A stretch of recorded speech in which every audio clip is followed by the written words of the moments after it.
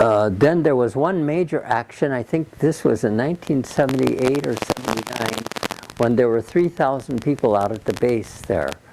You know, I think that was 1978 or 79. I'm a little bit fussy on that, but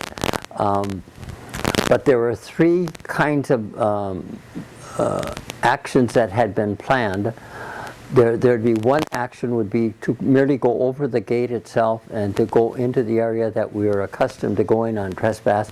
The other 8 would to go in further in, to make it down to the Delta Pier or to other places deeper inside the base. And then the third action would be to go to Swiftpack where the nuclear weapons were actually stored.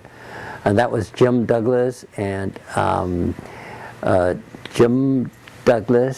Rosemary Powers and John Clark, who at that time was a diocesan priest. They opted to go into where the weapons were stored themselves, and so they were actually, we had no word of where they were or how they were for over a day and a half until they finally did make it into where the weapons were stored.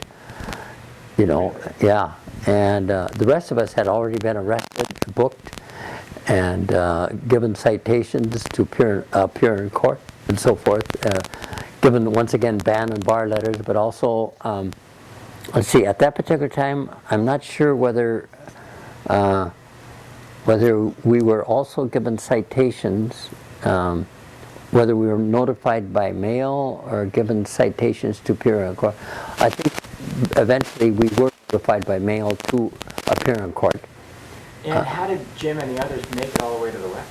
Well, they had to go, they had to keep very low, and they had to make it through woods, and they had to make it through bushes, and you know, just to, so it took them a whole day to get to where they were. And it's a place where lethal force was authorized, you know, and but they did make it inside there in order to pray, you know, before they were arrested. Luckily, they didn't use lethal force, you know. So that was a huge, at that time, that was a huge gathering, you know. And I know I myself was there, and before I did go back over the fence, we had occasion to have a Catholic Mass there with those who wanted to participate, and we also had a baptism there with there at the gate side itself, and so. But there were lots of different things going on with lots of different groups. There were a lot of different orders, people from different religious orders, whether Sisters of Providence or St. Joseph's of Peace or Tacoma Dominicans, and as well as the Ground Zero Center for Nonviolence and so forth.